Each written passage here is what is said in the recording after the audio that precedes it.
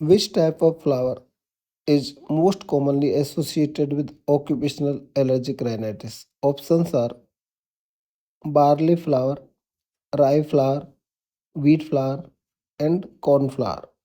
Out of this, answer is wheat flour. Why wheat flour is the most common cause of occupational allergic rhinitis? Because it's having high allergen content like albumin, gliadin, glutenins are higher in this wheat. Second one is it's having very high exposure in the industry or workers. Third one is it is most common cause of baker's rhinitis, having used in a high volume and it's persist in the work environment.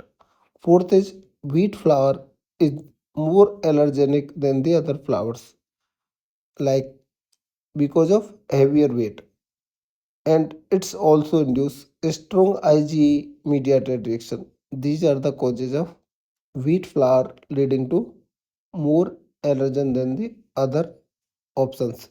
And least common cause of allergy out of these four options is the corn flour.